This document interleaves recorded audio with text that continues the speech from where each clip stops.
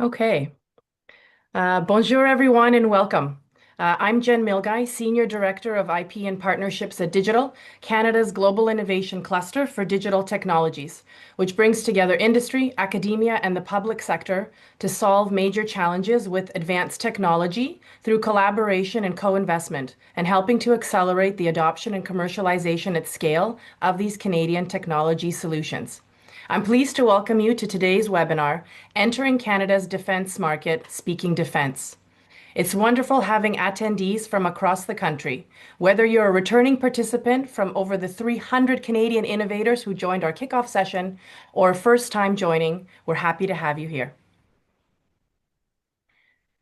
As much As myself and much of the team is based in Vancouver, BC, we respectfully acknowledge that we work, learn, and live on the traditional ancestral territory of the Musqueam, Squamish, and Tsleil-Waututh peoples.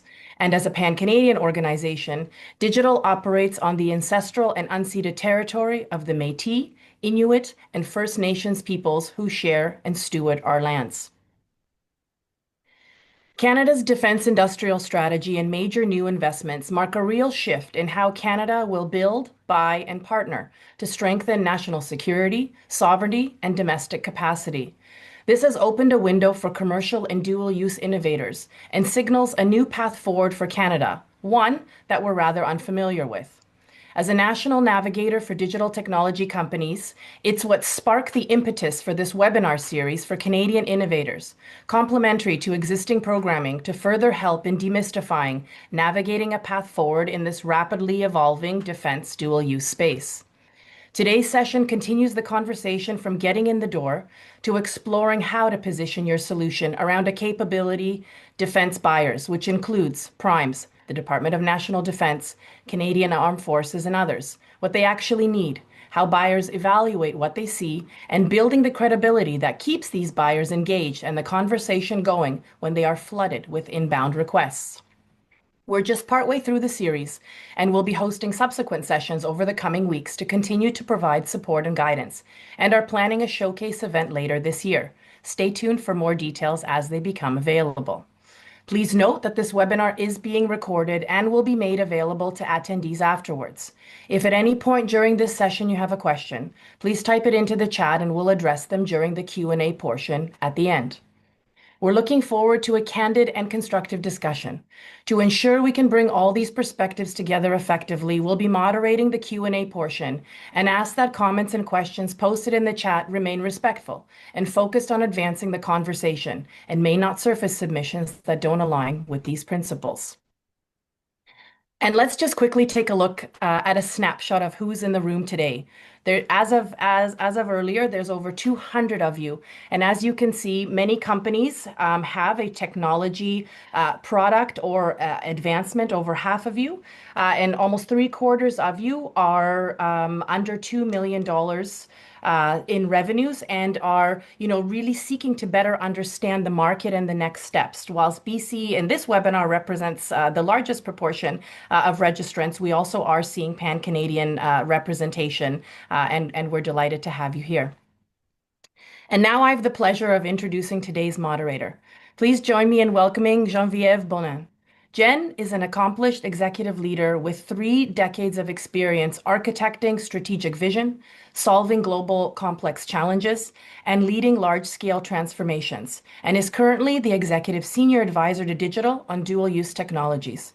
Her expertise lies in driving technology-enabled innovation and organizational renewal to ensure long-term organizational resilience across diverse portfolios, and she brings a reputable network and a powerful synthesis of strategic foresight, innovation mindset, and rigorous governance. We're thrilled to have her, and with that, Jen, I pass it over to you. Thank you, Jen. Good morning, good afternoon, everyone. Bonjour tout le monde. I will be your moderator for today, as mentioned by Jen, and my role will be to introduce our guest speaker, facilitate our panel and our Q&A, and keep us on track so that we can finish on time.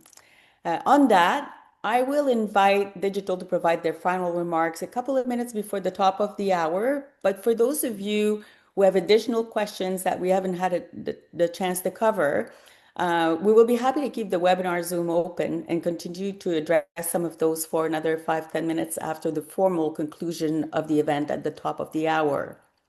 For those of you who can't stay, we encourage you to reach out to Digital directly after the webinar. And as mentioned by Jen, we will provide the contact information for that at the end of the webinar.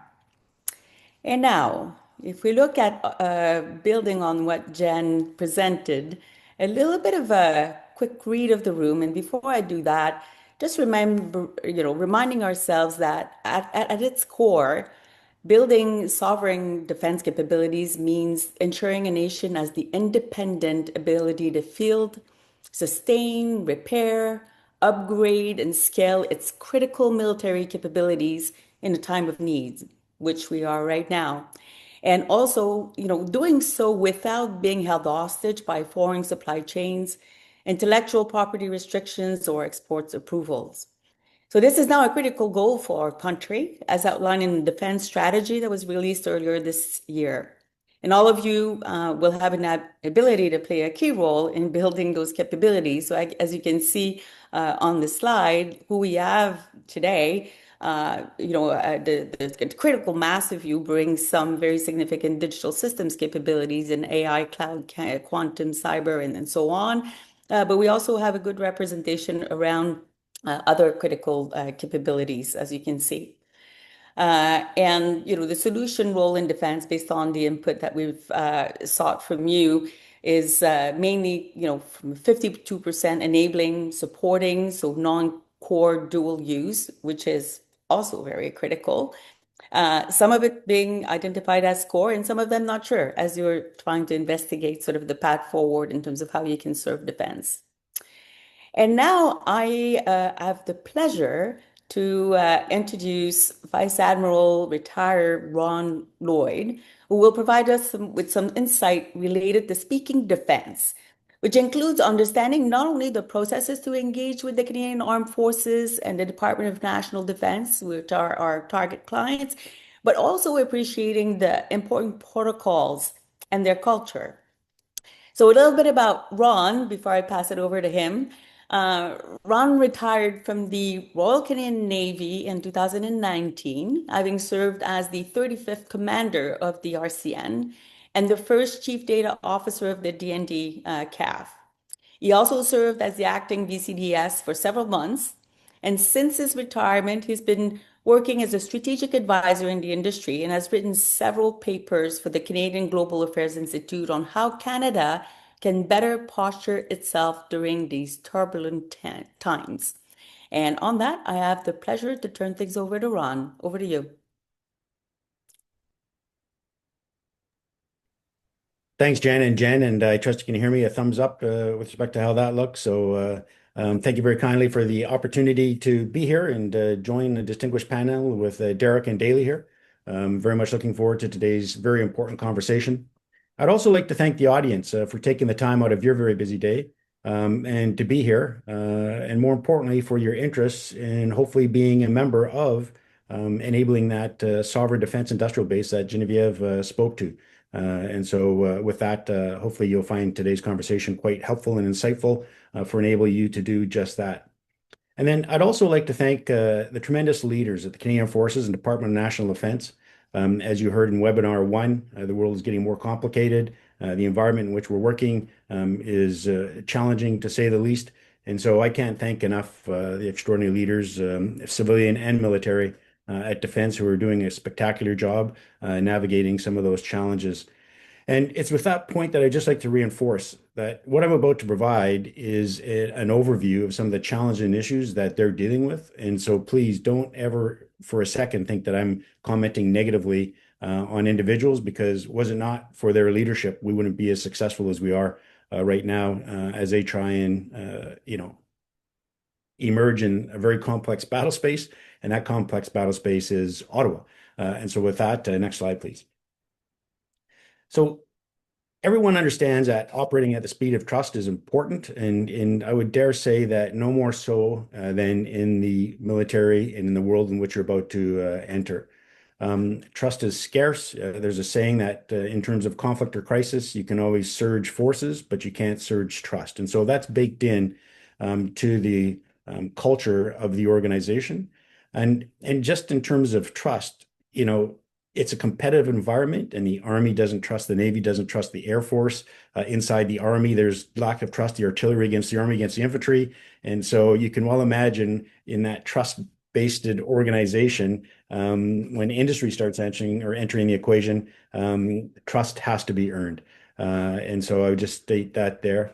Uh, the Canadian Armed Forces and Department of National Defense, 80% of what it is they do is no different than what takes place in industry. The big difference, though, is the 10 to 20% that's in the battle space, and understanding where your technology and or what it is you're trying to contribute fits is really important to that understanding. It will give you instant credibility, or you'll lose it rather quickly. There is a language in defense in Ottawa that is different than anywhere in the Navy, Army, or the Air Force. When I got to Ottawa and there was TLAs thrown all over the place, three-letter acronyms, you'd be having a conversation, only understand that what you thought was a conversation about an acronym was completely different. And so that the only way you're going to get that is time operating and speaking with. And then relationship. If you get an opportunity to go to CADC events or digital events and or interact firsthand with Canadian Forces and Department of National Defense personnel, I would highly recommend that because I think the benefits are really, really important. Next slide, please. So the defense ecosystem. When people speak about government, you have to understand that it's not homogeneous. And so when you're going to say government, oh, government this, government that, you need to understand is the Department of National Defense, is it the Canadian Armed Forces, is it the Defense Investment Agency, that's a subset of PSPC at this current juncture with legislation on the horizon to empower and enable DIA, and then Shared Services Canada. If you're in the digital domain, please don't underestimate the role that SSC may or may not have going forward. Alliances and partners, they're different. So NATO is an alliance, 32 nation, Five Eyes are partners. So you would never refer to Australia as an ally. There would be a partner.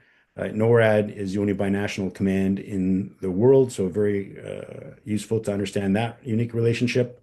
And then there are other alliances and partnerships. AUKUS, obviously, Pillar 1 has got no Canada. And then you'll hear terms of Indo-Pacific, which we're referring to Japan and South Korea. And then the other actors, I would dare say most of you are quite familiar with that, as you enter that environment. Next slide, please.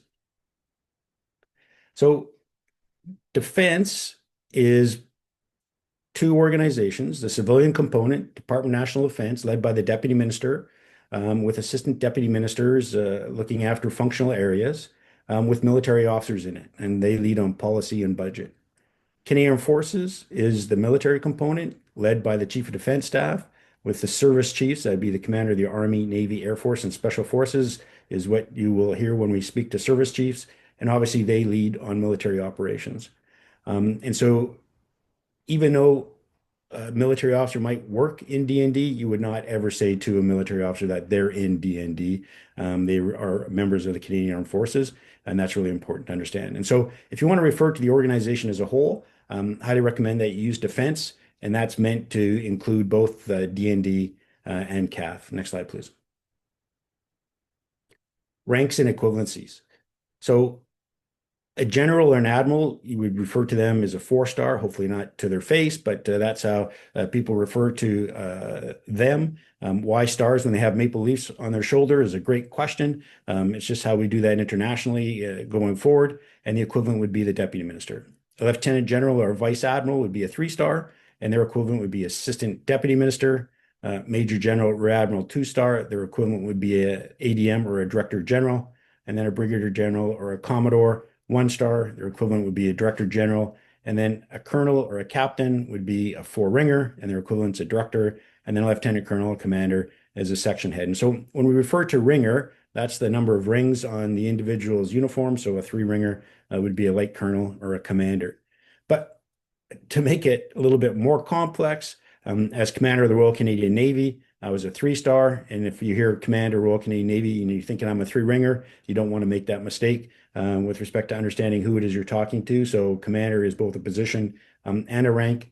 To make it even more complex, the Army has a two-ring captain, the Navy has a four-ring captain, and a captain can be a ship at any rank. So you need to understand what type of captain is on the other end of the phone, because if you're talking to a Army "Hey you captain," and you think it's a four-ringer, then you might the context is different. So understanding that's really important. And then you don't refer to a brigadier general, a major general, lieutenant general like that. You just refer to them as general or admiral, and that is useful understanding in terms of ranks and equivalencies and how to refer to them when you're in a meeting or an engagement. Next slide, please. In 2010, there was a transformation report was written, and essentially what they did is they took a look at all the activities in the Canadian Armed Forces and they put them into five different functions. So the five functions are force management, force development, force generation, force employment, and force support. And understanding where your technologies are and where they can enable those five functions would be helpful, I would suggest.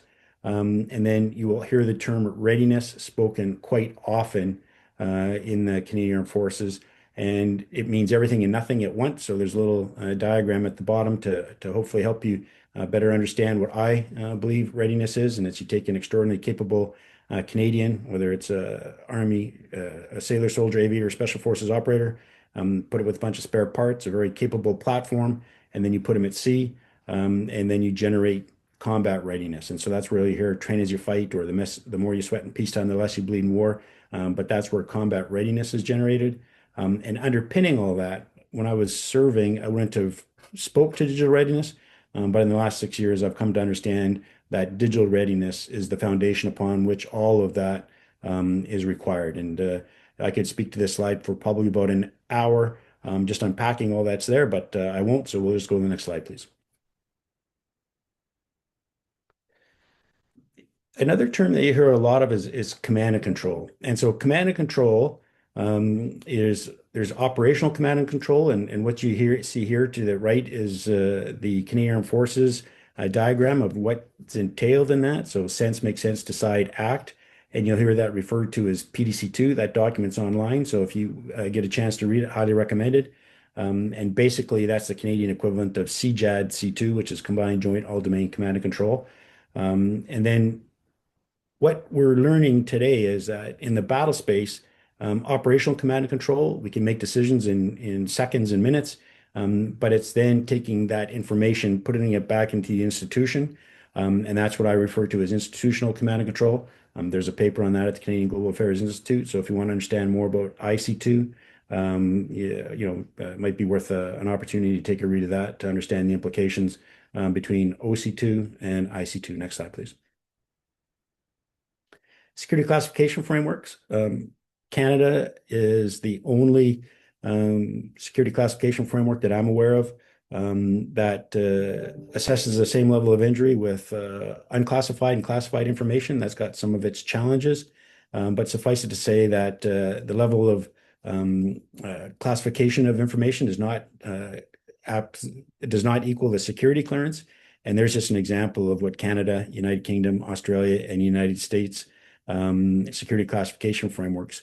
Interestingly, the United Kingdom upgraded theirs a little over a decade ago, just to make sure that that security classification framework enabled digital best practices. And so, bravo Zulu to the UK in terms of that really important undertaking in order to best leverage digital technologies. Next slide, please.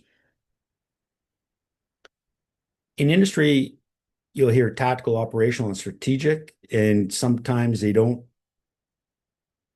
aren't communicated as that you see on the slide here. What's really important is strategic is the highest level of war. It sets the direction and strategy. So think NDHQ or the Pentagon.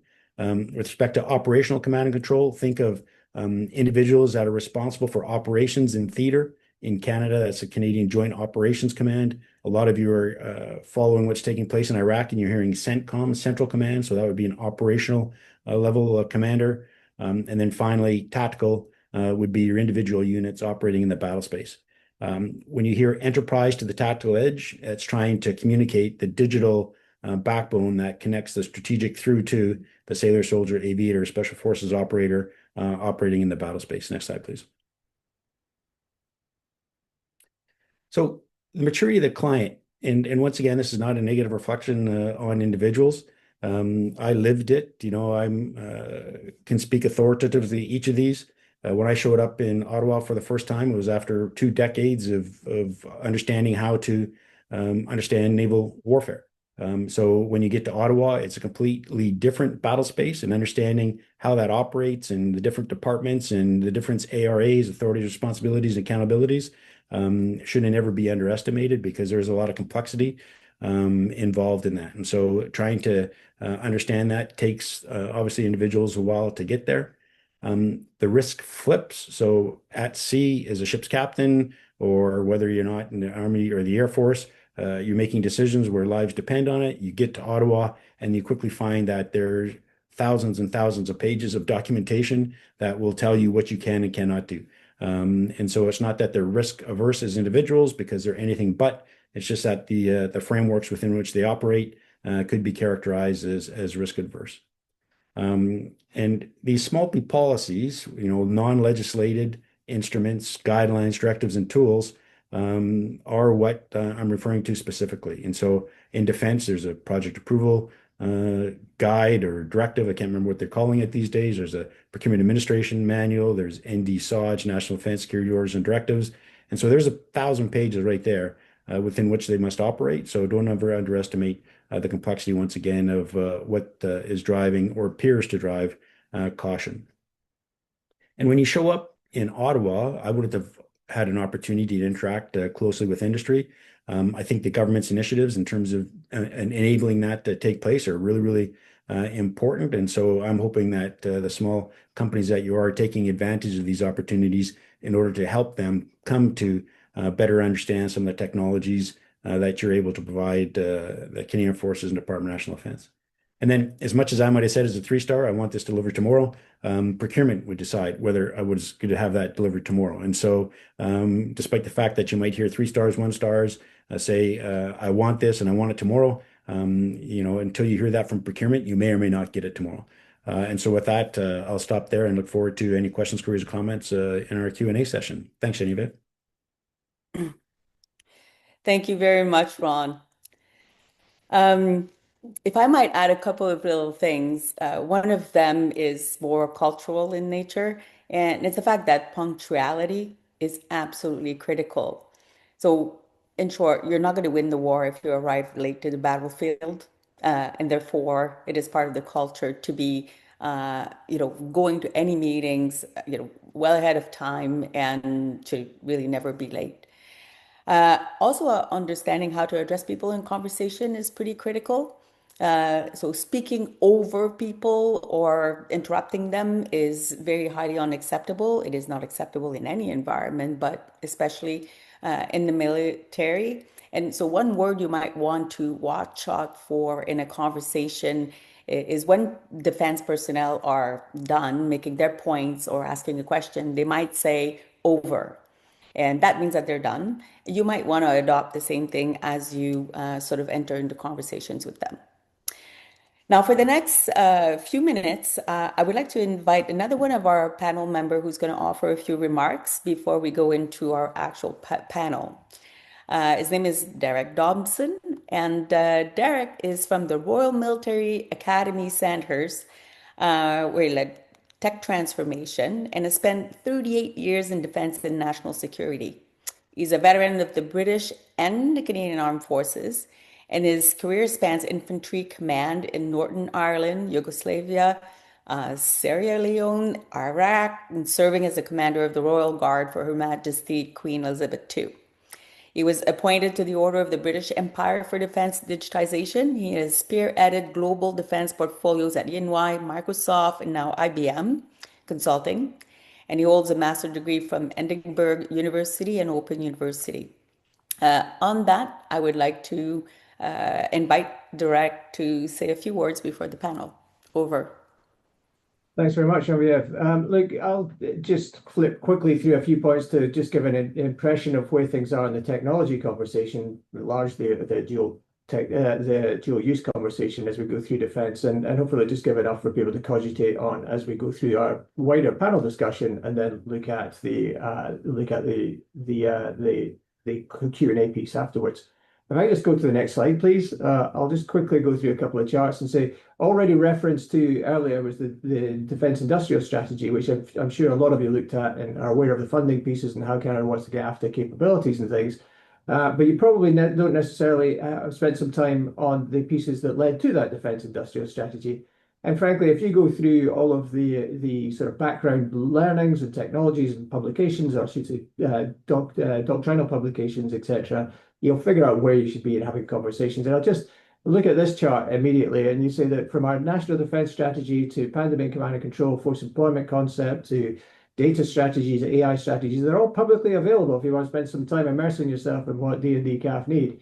And it quite quickly comes down to the things that are shown in that chart. And all I really want to highlight is that underneath it, what you're really trying to look at is what technologies can provide to the military. So frankly, it boils down to quite simply AI that actually shortens the commander's decision cycles at every level, all the levels that Ron outlined. Hybrid cloud infrastructure and systems that work from enterprise to edge. And in this case, that means really from the cubicle to the battle space, the joint battle space. Data-centric security that allows enterprise and operational systems to work together in an interoperable environment with partners and allies. And also automation that takes the burden of understanding where they are, what they're doing, away from commanders and allows you to deliver effects quicker. So that's where we're at. And also security solutions that are both quantum safe and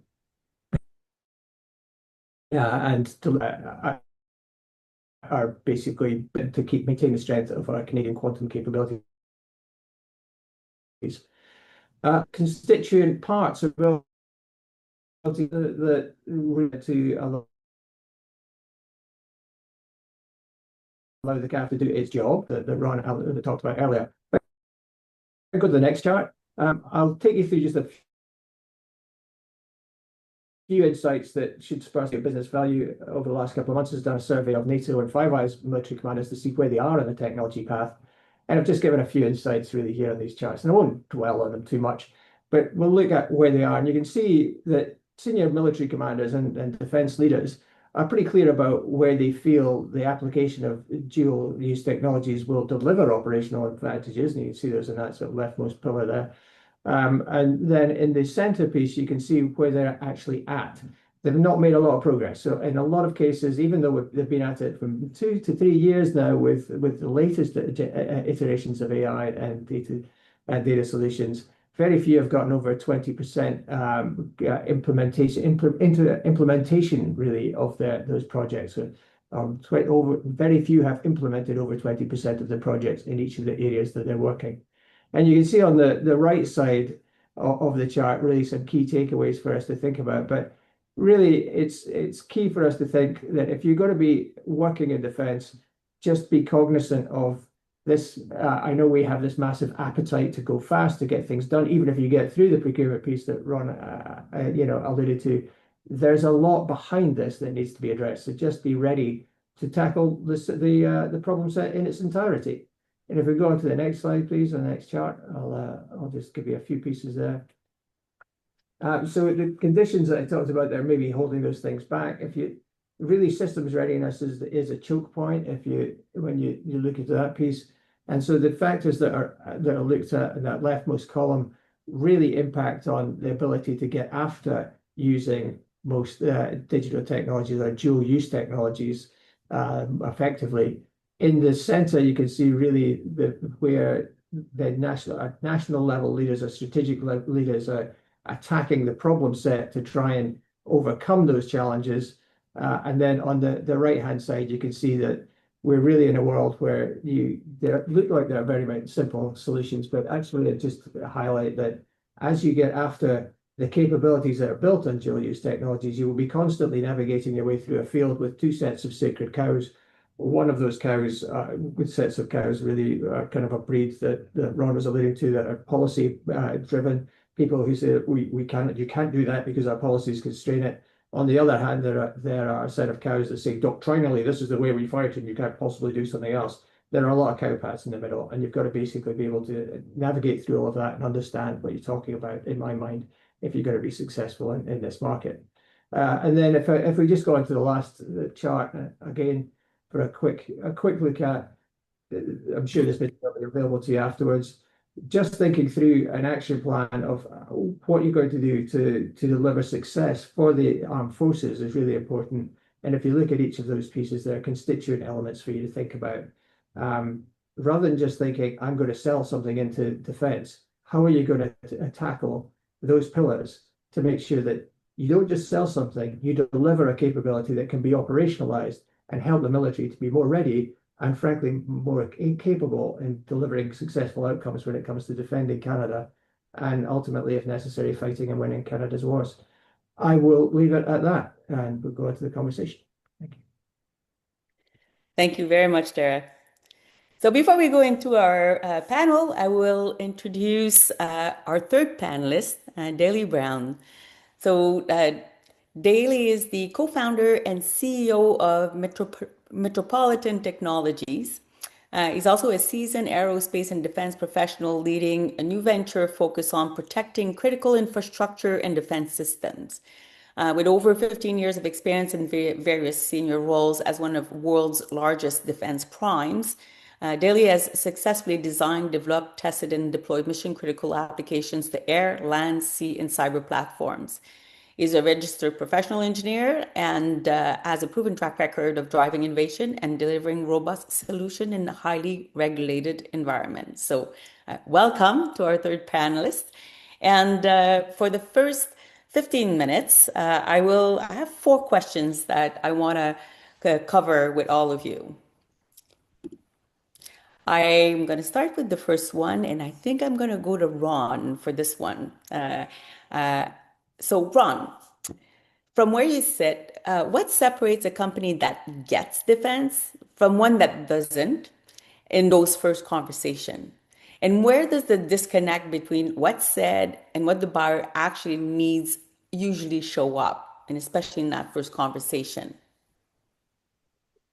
Well, great question. So a company that gets it and a company that doesn't. And so I would suggest a company that gets it is one that shows up with a really sound narrative in terms of how they're going to enable Canadian Forces and Department of National Defense, as opposed to them adjusting their policies, procedures, or TTPs, tactics, techniques, and procedures to fit the technology. Because as Derek said, lots of cows out there, and they're not going to change in terms of what it is they're going to do. And then back to that comment you've made and Derek's made and I've made, just like the making sure you understand the complexity, some of the challenges and their language and what's important to them, understanding their priorities. And so I think if you understand that and show up in a meeting and able to articulate all that, then you'll quickly differentiate yourself as a company that gets it as compared to one who doesn't.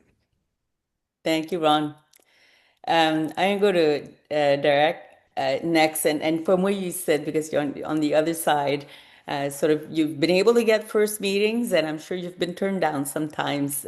What's your success in doing that?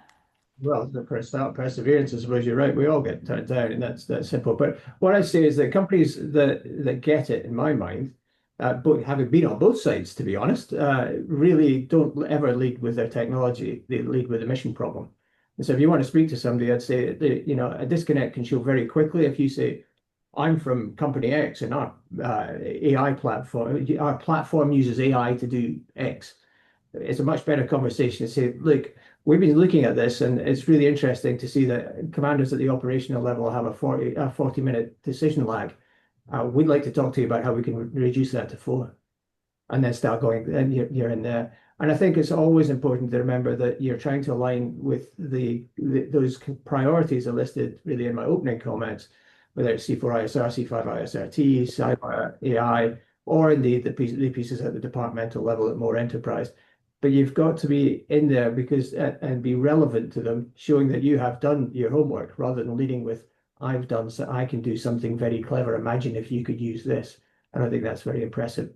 And then just make sure that you remember that you're talking to people who want to know if your technology can work, specifically when many of the endpoint users are cold, wet, hungry, tired, under pressure, under fire, occasionally upside down, but they really aren't interested in just some smart knowledge that you can use in a cubicle on a laptop. I think just make sure you're in that mindset. Thank you. And now over to you, Daley.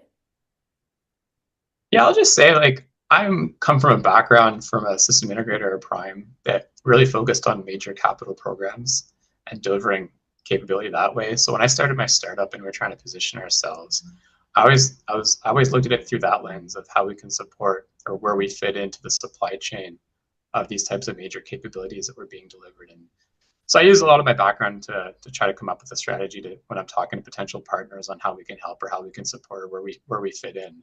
And so I kind of reverse engineer. I come from what the capability that I understand Canadian Armed Forces are looking for, and I try to facilitate or position where we can fit in based on that information. Thank you. I'm going to stay with you because the second question is quite related, and it has to do with what translating that value. And those buyers right now are flooded with inbound requests. Even their chief of staffs can't even really keep up with sort of the outreach, which is super positive, but has to be managed. That's happened between the industry, Canadian Armed Forces, DND, and the other actors. And so my question was, how do you translate technology solution into a real mission need? So where a single product, either like a portfolio or several capabilities, can be pulled into an integrated solution.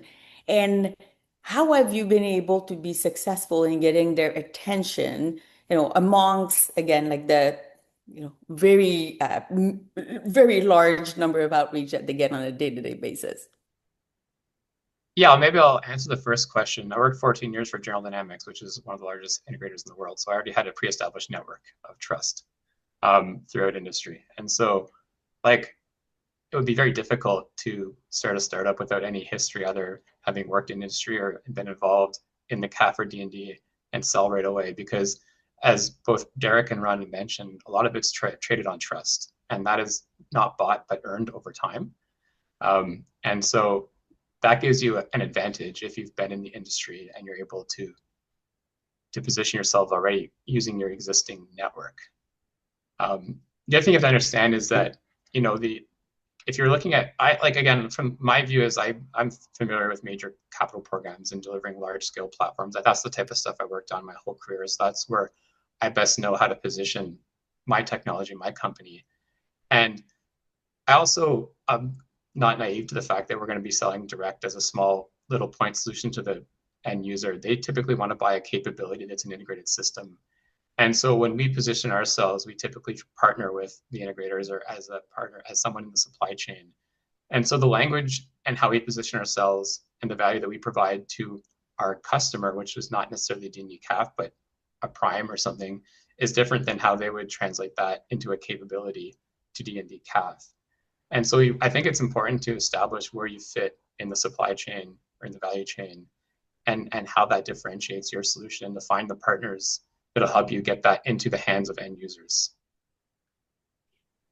I love your answer. If I can just very quickly build on it, it might be if you are in the very early stage of exploring doing work with defense to get your own capabilities, either through partnerships with other industry players that have, a higher level of maturity and how long they've been working with defense, or looking at, building your team with some of those capabilities and not advocating for anything in particular, but I would say veterans actually make, really, really great member. The same as, we integrate them into the industry by helping them translate their own capabilities into being able to play a meaningful role in society. Vice versa, they can be extremely helpful in helping you sort of navigate D&D CAF in all sorts of different ways, and especially translating, again, your capabilities into what is mission critical. I'd be curious, Derek, Ron, anything you want to add to, in terms of that second question, the value add, like the really kind of getting to like a good pitch that will get you in front of defense and, get their attention? Could I add a couple that maybe people might find a little contentious, but we'll work it out in the Q&A piece. I think it's always important to make sure that you're framing the capability gap first. Ron was kind of alluding to the fact that we all know that there are problems. The people in defense are not they're not crazy about the idea that they can't provide the capability they will need to fight the next war. So you have to actually look at what that capability gap is, spend some time understanding it, and Jean-Pierre, maybe that is working with people, veterans, etc., who have experience that can help you to articulate that. But work backwards from that problem so that you can help them to understand that they want to buy outcomes and not products. So the CAF doesn't really need an AI analytics platform. It does need the ability to shorten kill chains. Again, might be uncomfortable for people to hear. It does need less cognitive burden for commanders. It does need to maintain its data sovereignty as you go through that. Both Canada's DIS and ONSAF, like so the Defence Industrial Strategy and ONSAF are pretty clear about what they want for data sovereignty and NORAD modernization and Arctic stuff, etc. But if you can't go to one of those documents and map what you want to talk to someone about against one of those things, it's not really relevant. And so you've really got to think about your product and where it is. Does it prove one thing? Is it working in a portfolio? If it needs to work in a portfolio, to Daly's point, would you be better off working with a prime or another integrator who can provide really the capability that matches that requirement? And then have a wee practical test in your mind. If what you want to go to speak to someone about in terms of a capability, if you kind of phrase out what you want to say, if you can describe your solution using verbs and outcomes, then you're in the right place. But if you're still using product nouns, saying I provide X, then you're not really ready yet. And so you need to be able to express things in that phrase that way. Right. And the only thing I would add is just Yeah. understanding who you're talking to. And so if you're talking to, member of the Canadian Armed Forces personnel, you're the end user, but they're not the buyer. And so if you're going in there and you think you're going to have a procurement conversation, that's probably not going to be a good conversation. You'll probably both agree vehemently. There's all kinds of challenges in and around it, but that's not going to, satisfy, that translation of value and what it is you could provide going forward. And then don't underestimate the importance of security and what that may or may not do to your solution. And so if it's not baked in and you think you're going to add it after, that's probably not a good strategy. So making sure you're reinforcing that you're going to contribute to the security of the overall enterprise, I think is something that would be helpful. Right. I'm going to stay with you, Ron, and because my next question has to do with more of those protocols, like the culture and some of the things that I mentioned earlier in the webinar. And it's beyond the solution. What does earn credibility in defense? So, we're talking about relationships, and Derek mentioned how important that is. What are the unwritten rules? What do newcomers most often get wrong? And what earns the second meeting or the trust? So patience and perseverance is probably two words that I would give to anyone entering, trying to sell to defense.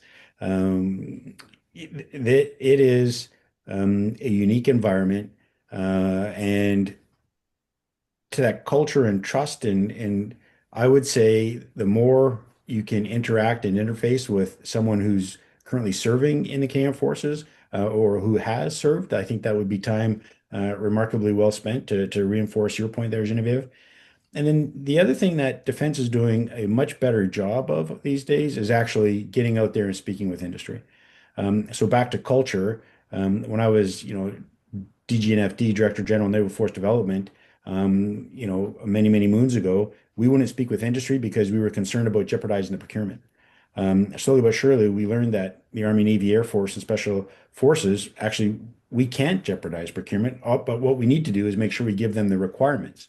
And so getting out there and speaking with startups and getting out there and speaking with industry is a change in culture for the Canadian Forces. And so they've made overtures to do just that. That's where a number of these conferences are really, really helpful to enabling that. And so I would suggest if you get a chance to do that, have that conversation. And then don't be concerned if you're given to middle management in terms of having that meeting. Like you aim for the commander of the Royal Canadian Navy and you get the three ringer. Well, that's probably better for you than you appreciate, because if you're sitting across from me as a 3-star, I'm not going to say, oh yeah, let's buy that. I'm going to say, okay, team, what are we going to do with that? So take the 3-star out of the equation, talk to the commander, get the commander excited about that, so that at some juncture, if you do get a meeting with the 3-star, you're there side by side, his or her staff, speaking authoritatively to a capability conversation, which would probably stand you in better benefit than, getting up in front of the commander, who's going to have someone in his staff brief what it is they think your capability is. And I think you'd much rather have someone else brief what your capability is, as opposed to getting it from a staff officer in advance of a three-star meeting. A couple thoughts for you. Thank you, Ron. For my last question, I'm going to go to Derek. And Derek, please feel free to build on what Ron was, the question he was addressing. But my last question is about the fact that realizing that defense isn't right for every company. So from your vantage point, and you probably have a lot of SMEs that do approach IBM, for example. So what tells you that a company is a genuine fit versus the one that's just kind of wanting to chase the opportunity because they heard that everything is like, defense is spending a lot of money at the moment. And, for those that are entering, like how do they decide, when it is a fit or maybe when it's not a fit? And similarly for you as an integrator, perhaps like when you say thank you, but no thank you. Yeah, it's a great question. Because I'd say sitting in IBM is an interesting place, a company that's been in defense for over 90 years in Canada. And as a technology integrated, the technology has changed a huge amount. The job of the armed forces fundamentally hasn't in many ways. How they do it is different. But it does mean that when you're working around these conversations and speaking into defense, I believe, and this is, I think, more of my touch point than necessarily the companies, is that I understand that defense isn't right for every single company and or for all the parts of the company that you're in. But specifically, if you're a startup and you've thought, well, oh, great, there's a pot of gold there, and Canada's spending money, and I want to get after it. I think you need to ask yourself about, are you motivated by the mission of the Canadian Armed Forces and the Defence of Canada, or by the market opportunity? I get the fact that the market opportunity is an important thing for everyone, but is that the signal that's going to drive your conversation? I think if you really think about it, are there some red flags? Are you really a defense company? Do you want to be known as a defense company? I know you're in the dual use world, but what will come about when you look at the brand implications when someone announces the fact that you're involved in warfare? This happens to big companies, it happens to small companies. But if you're worried about it, then don't criticize yourself. It's just not necessarily the thing for you. You've got to look for the genuine fit signals. Are you keen to get into the ideas program and work with the RDC to figure out what's the next stage in technology? Are you really willing to talk about those things I mentioned, kill chain, automation, or other pieces that are sensitive? You don't need to be speaking to them in public, but are you willing to sit with your whiteboard and try to figure out these things? And they might not be all of there are enterprise applications as well that are important, but understand that you're in the business of defense. And I think that's where I come back to it, and I'll just leave it at that. It's not a be all and end all, but understand that you're there to provide the capabilities for defense writ large, but for the armed forces specifically to complete their mission. And if that isn't something that you'd want to stand up and talk about and be proud of, then I think you need to just question yourself: is this the market that you want to be in? That's what I'm saying.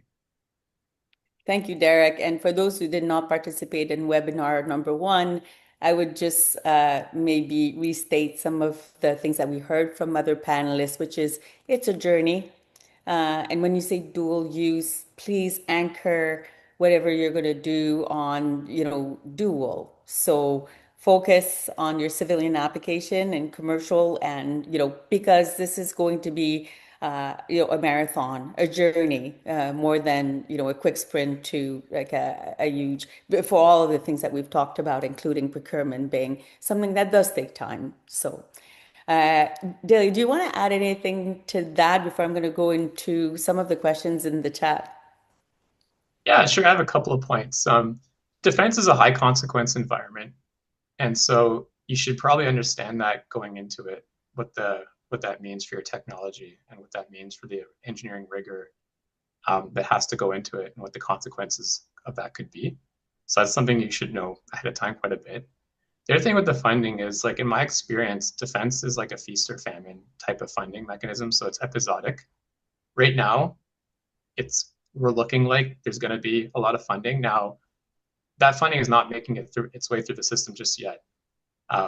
It's been announced, but oftentimes it takes quite a bit of time from announcement to actually make its way through the system into a material form that benefits people in the supply chain.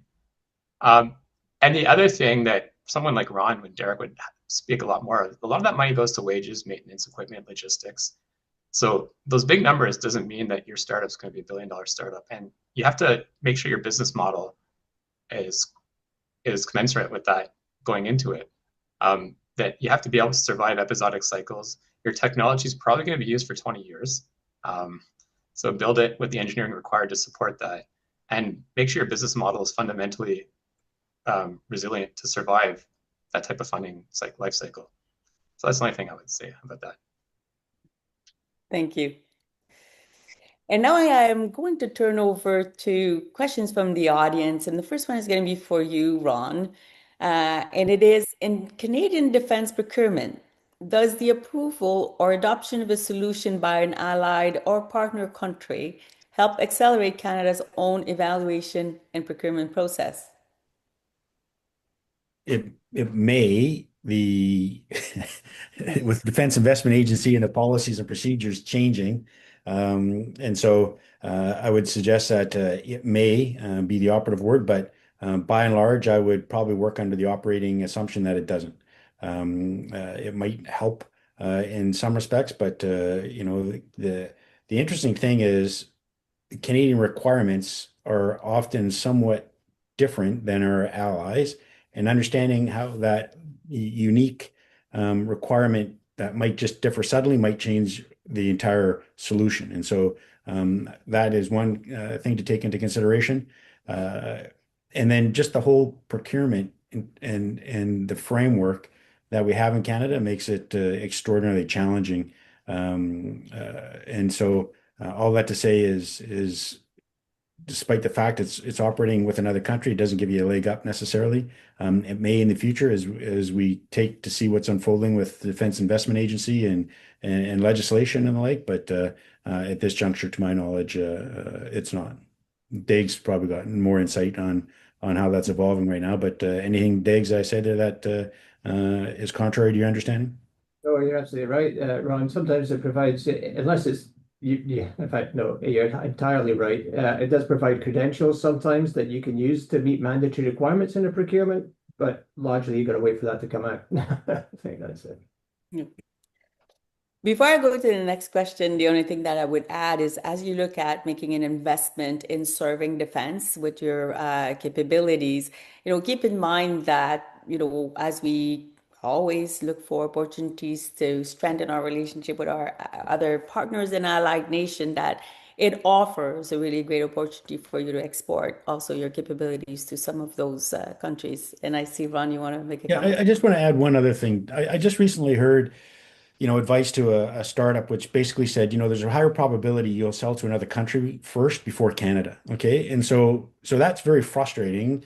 Being a retired officer, hearing that in our ability or inability to provide capabilities to the sailors, soldiers, aviators, and special forces operators. And so, but to Derek's point, if you can sell to another country, that credential is gold. And so don't underestimate that. And at the end of the day, we can speak about how poor it is, and that in a buck 50 will get you a real cheap cup of coffee. And so it's not going to be particularly helpful. So if you do have an opportunity, yes, please. And the credential will be very, very helpful, and you're going to learn from it. And so, we don't live in a perfect world, and understanding the world in which we live is important. And back to patience and perseverance, because once you are established in Canada, at Daly's point, you're going to be there for a while. So those would be my only additional thoughts. Thanks. Next question is for you, Derek, and it's for Canadian technology companies with no prior experience selling to defense sector, but with proven expertise in civilian technologies that have potential dual use. Should they consider partnering with an established defense company that has experience with defense procurement and customer relationship? And before I turn it over to you, I'd just like to point out that we do have one of our upcoming webinar that is solely dedicated in answering that question, working with the primes, working with the integrators, working with some of the big global defense organizations that are already serving defense, and also like the role of ITB and all of this. But over to you, Direct. Yeah, I believe so. Absolutely. I think it's a fundamentally good idea in that large companies, whether they be digital companies or defense companies themselves, have the ability to help you scale and to help you to integrate with other technologies that will provide a wider capability. And specifically, of course, they can situate your capability set or your product set within the wider requirements of the armed forces. I think as you're going through that, think how far would you be willing to do that? If you are willing to integrate your capability with that of a major defense prime, the major defense prime may say we're going forward to do our development or work in an operational theater somewhere that's currently watching should you be going to Ukraine or should you be going to Latvia, or are you willing to go with them as they deploy on a military exercise or send people with them into the Arctic on board ship? That is routine for them. Are you willing to make sure you team with them and go that far to team with them so that you can build up your understanding? But that said, I think it's a good idea. It's good to get the capabilities, understand that capability, get some entrance points. And of course, if you're a small company, it always helps to have services arms that can scale rapidly and integrate more widely across the application landscape inside defense. So I think, to my mind, it's a good idea.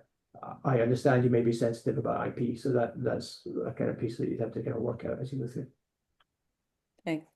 I had the pleasure to attend the Critical Minerals in Defense conference that was held in Toronto in May as a representative of digital. I would just add one more point, and especially as it relates to those critical minerals in defense, is also to kind of get the right expertise to help you protect your IP.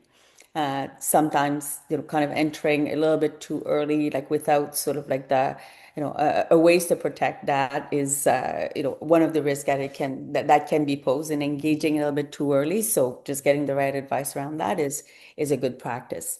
Yeah. Yes, protect IP, as I was mentioning there. The other, of course, depends on your strategy for your further growth of your company. If you are deliberately looking to be procured under American, like you want to get to a certain size and then be bought by another company, it's a great path to go there, to be honest. If you've made an entry, but you feel that you want to sell your company or you take that technology in both the tech sector and the defense piece, they're rapacious in mergers and acquisitions. So it depends on what you're after. Thank you. There are two other questions that I want to address, but I also promised everyone that we would officially conclude at the top of the hour.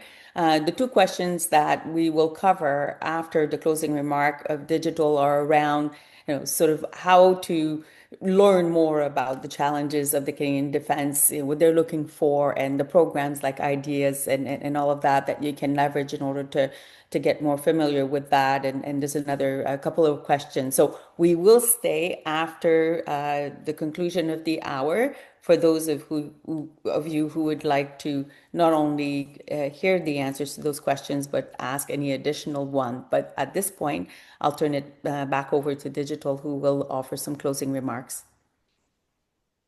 Thanks so much, Jen. And yeah, definitely continue the conversation. It's a very rich and robust one, and kind of learning about these sort of different perspectives. And for that, I'd really like to thank you for moderating through this discussion, and also to our fabulous panelists for carving out time to be with us today.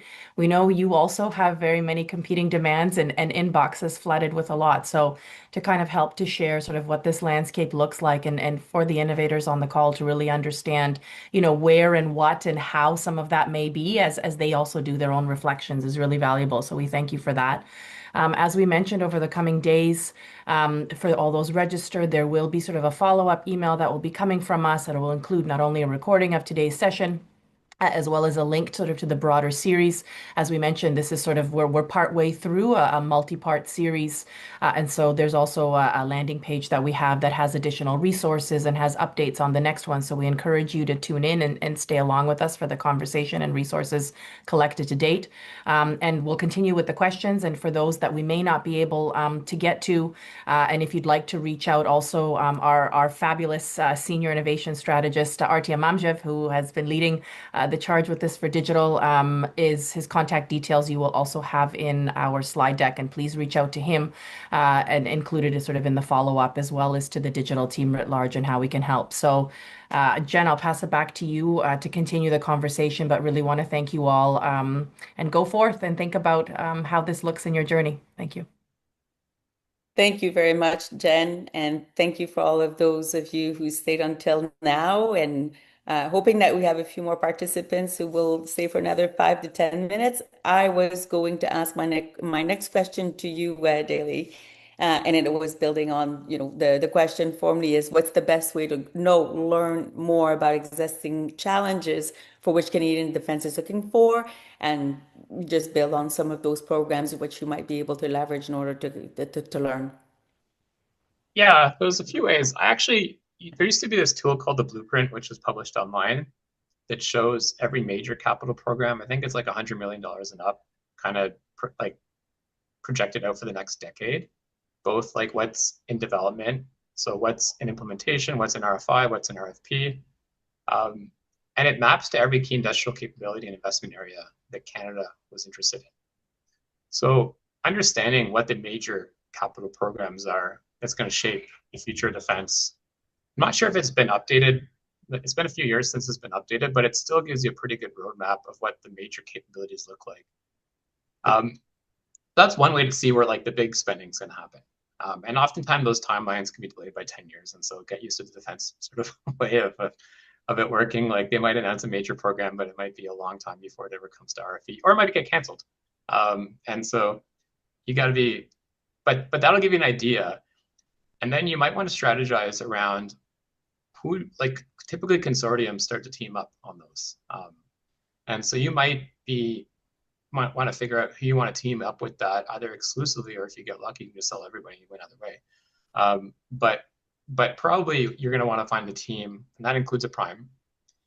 And you can try to position yourselves, kind of like I alluded to earlier, and what can discriminate their solution with your good tech. So that's one way. Another way is there's innovation programs like Ideas that come out that are looking for what's next and to help shape the future requirements. And so Ideas is publicly available. It's on D&D's website, and you can see those are posted, how they come in. The third part is just going to talk to every prime out there. And one way of doing that is Canada lists all the ITB obligations for primes online, and that's publicly available. So you know every company that's won a whole bunch of money from Canada and what their obligations are to the Canadian industry. So you can take that as your lead list and start to qualify yourself with different partners on there to see where you might fit in to help them with their existing solutions, but also build up that relationship for future programs. And so that's a way to get contact information from every single large program in Canada who has money. And then the final one is just you can start to build relationships at trade shows and start to attend more events and stuff like that, and build up over time. And you'll get a sense of what other companies are doing, what they're requiring, what they do, what they don't do, how vertically integrated they are, where they buy versus make. And that all goes into your strategy of how to position yourself. And so that's the way I typically view it. The other part of it is actually Derek talked a bit about it, is Canada publishes strategies like the AI strategy, which if you go into that, it was published a couple of years ago, but they talk about a lot of fundamental technology requirements to realize that vision. And so you can start to position yourself if your technology can help enable that. That's another way of discovering what the challenges are. Thank you. And this is an important question. Ron, Derek, anything you want to add before I go into the last question? No, for me, Daly did a great job there. I thought that was amazing. Great, good summary. There are a couple of questions in the chat that are very specific. One around sort of barrack development and housing redevelopment, and I thank you for the question for the person who posted, and we will please follow up with digital. It's very specific in nature, so maybe it's best to be taken offline. And on that, I like the last question that came in, which is there a contact or an office framework available that can vet potential bad actors that contact startups with interest in dual use tech? And there's recently some things that have been put sort of in place, like the I said concierge, and we had the DIA, and any guidance that you have, in terms of like where to go as you think, if that's the case, if you're posed with that kind of situation? I'm not an expert in this whole piece, but I do know it's squarely in the responsibilities of CSIS, to be perfectly honest there. And they publish regularly advice to both academic institutions and organizations that are doing R&D on the potential for for IP theft. So they do provide those documents publicly. I'm not sure if CSIS has got a public office to ask those questions to, but I do also know that CSE, the Canadian Centre for Cybersecurity, has a responsibility for monitoring the cyber domain for theft of IP, etc. I'm not sure about this human interaction. It's not my specialty, but those are the two areas that I know there are responsibilities for. If I can just quickly jump in. So from digital side, we've also from the ecosystem have done some sort of collaboration sort of with CSIS and other orgs around the IP side. So yeah, to Derek's point, there's and also understanding sort of from the bad actors side of things. So there's an extensive amount of resources that is available on their website through their stakeholder outreach group. We can also include that in the follow-up email where they actually sort of put together some of those frameworks there and some of the protections there. So that as part of the ecosystem effort, there is that, and there will be a session upcoming as part of this series that's going to look a little bit more around that, those IP considerations and what that means for your path forward. Just one last thing. If the question was around like partnering and vetting partners that are international, like the Trade Commissioner Service can help with some of that too, by the way. Like they can do diligence on your behalf, I think. Don't quote me on that one, but I'm pretty sure I think they can help with that diligence process as well. Great. Being conscious of time, I will take another question because I think we're still quite okay, and I will plan to conclude around 2:10. But there's a really interesting question here around how stringent is defense regarding the Buy Canadian policy? Some required components for a potentially interesting technology may not be available from Canadian providers and may need to be sourced from other countries. If we cannot find Canadian-made or sufficiently modified components and can justify their absence, can defense funds be used for these purchases? And I'll kind of just mention that we have now purchased submarines, or because we there are certain things, certain capabilities that yes, indeed, we cannot necessarily or shouldn't be necessarily producing or are not producing yet in Canada. But to address this question, sort of, Ron, based on your experience, would you like to offer a few remarks? Yeah, I'd like to address that head on. So right now, I think there's a whole bunch of great conversation about this, but we can't confuse the as is where we are today with respect to our to be where we want to be in a decade. And so you can't scale up sovereign sustainment, sovereign capability overnight. But what you can do is you can plan to have that in the fullness of time. And so the challenge for us is that we're moving at pace and scale. The world's changing extraordinarily quickly. And if we don't take that longer, more strategic perspective, then we're going to talk ourselves out of getting there. And nothing good would come of that. I think the opportunity that's in front of us as a nation right now is extraordinary, and it's going to provide us an opportunity to realize our full potential as a country, to become confident as a G7 nation. And part of being confident as a G7 nation is having a defense industrial base that is sovereign. But you can't look anywhere and find a 100% sovereign defense industrial base. It just doesn't exist. And so, where is it that we're going to invest to be sovereign? Where is it that we're not? And then let's make that as part of an overall strategy going forward, so that it's actually deliberate and decisive as opposed to ad hoc. And so I think there's a lot of conversation in and around that today that might actually be working at cross purposes to what we're trying to accomplish. And I'm hoping that the conversation will be nested in that broader framework as opposed to, what we're going to buy in 2027, 2028. Because if we look at those numbers, they might not reflect where it is we're going as decisively as what the 2032 and 2033 numbers will look like. And because we're of the news cycles, because of elections, we could very quickly talk ourselves out of this, and I think that would be a travesty for the nation. Derek, Dale, do you want to add anything to this one? Just what a great articulation of the problem set, actually, from Ron. And if you think about it logically, that's exactly where we're at. Which comes first, the horse or the cart? Like, so we need to obviously be able to defend Canada, and the armed forces need the capabilities that they will require to move forward and to do that in the modern battle space. If we need to develop those capabilities and we'll have a sovereign solution in 10 years' time, that doesn't help if we if they end up fighting in before that, right? We're just not going to be at that point. So it's a pragmatic approach as we go through. All I would say that beyond that is actually there's been the build partner buy piece of the defense industrial strategy is pretty articulate about it. Like where possible, we'll build ourselves. Where we need to, we'll partner, or we, in the last case, we'll buy. But there'll be compensation in Canada and a path to build new capabilities here.